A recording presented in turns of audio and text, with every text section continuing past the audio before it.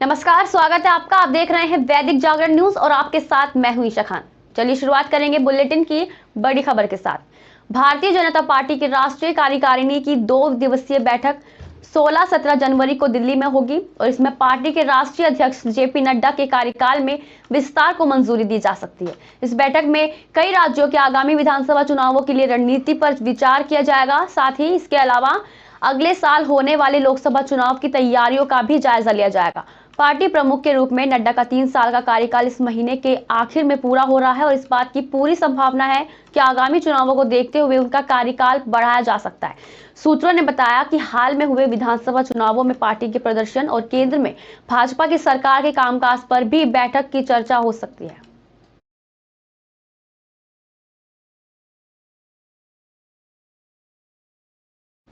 Global investor summit को लेकर 16 देशों में हुए रोड शो की सफलता के बाद घरेलू रोड शो की कमान मुख्यमंत्री योगी आदित्यनाथ खुद संभालेंगे। 5 जनवरी से 27 जनवरी तक देश के 9 बड़े शहरों में होने जा रहे इन रोड शो की शुरुआत मुंबई से होगी। बता दें, सीएम योगी वहां 4 से 5 जनवरी को आयोजित होने वाले विभिन्न कार्यक्रमों में हिस्सा लेंगे। इस दौरान वे उत्तर प्रदेश की विकासशील तस्वीर रखेंगे और देश के बड़े उद्योग समूहों के प्रतिनिधियों से मुलाकात भी करेंगे। यूपी में निवेश को न्योता देंगे। इसके अलावा सीएम योगी उन्हें ग्लोबल इन्वेस्टर समिट के बारे में जानकारी भी देंगे।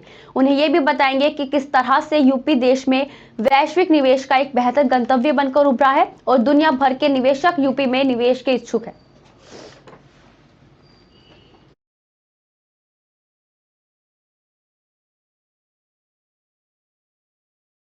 दिल्ली के सुल्तानपुर इलाके में 31 दिसंबर की रात कार से घसीटकर युवती की जान लेने के मामले की जांच चल रही है।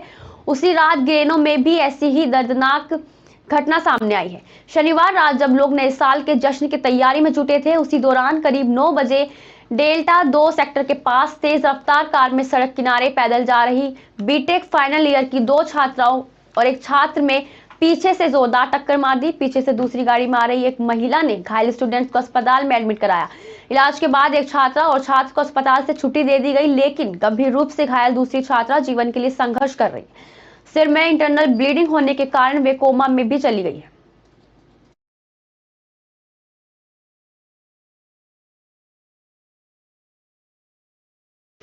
मणिपुर में शांति प्रक्रिया को बढ़ावा देने के लिए भारत सरकार ने उग्रवादी संगठन के साथ शांति समझौते के साथ हस्ताक्षर किए। इस दौरान केंद्रीय गृह मंत्री अमित शाह के साथ ही राज्य के सीएम भी मौजूद रहे। केंद्रीय गृह मंत्री अमित शाह के मार्गदर्शन और मुख्यमंत्री एन बीरेन सिंह की मौजूदगी में दिल्ली में शांति समझौता किया गया। गृह मंत्रालय के एक अधिकारी ने बताया कि पूर्वोत्तर में उग्रवाद को समाप्त करने और विकास को बढ़ावा देने के लिए कई समझौतों पर हस्ताक्षर किए गए।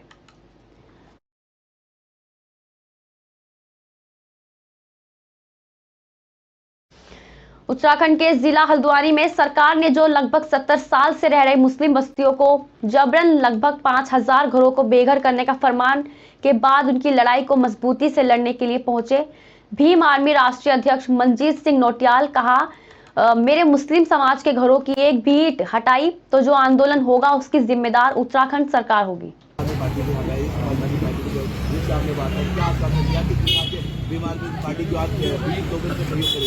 देखिए, आज भीम आर्मी के राष्ट्रीय अध्यक्ष यहाँ जिला हल्द्वानी में हैं और जिस प्रकार से सरकार के द्वारा 70 साल पुराने घरों को हटाने का जो सरकार ने निर्णय लिया है और हमारी मुस्लिम कम्युनिटी को टारगेट करके उनको बर्बाद करने का जो निर्णय लिया है, हम यहाँ की सरकार को बता देना चाहते हैं कि यहाँ संविधान भी मजबूत है और संविधान को मानने वाले लोग हैं। मैं उत्तराखंड सरकार को ये कहना चाहता हूँ कि अगर हल्द्वानी में मुस्लिम समाज के घरों के अगर एक भी को हाथ लगाया तो सरकार इसकी जिम्मेदार होगी जो माहौल खराब होगी। मैं सीधी सीधी बात बता रहा हूँ।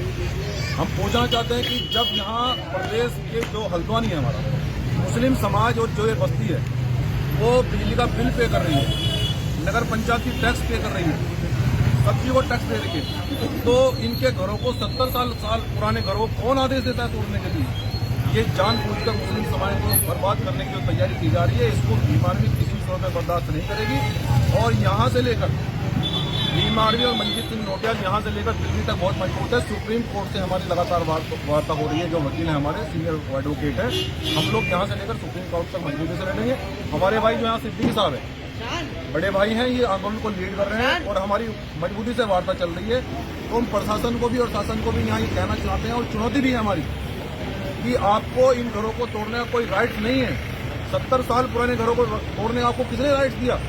ये सब चीजों को क्या नाम है, इनके लीगल रूप से यहाँ पर घर हैं, जो आप सभी चीजों का टैक्स ले रहे हैं, तो घर कैसे तोड़ सकते हैं आप? ये बड़ा मुद्दा है।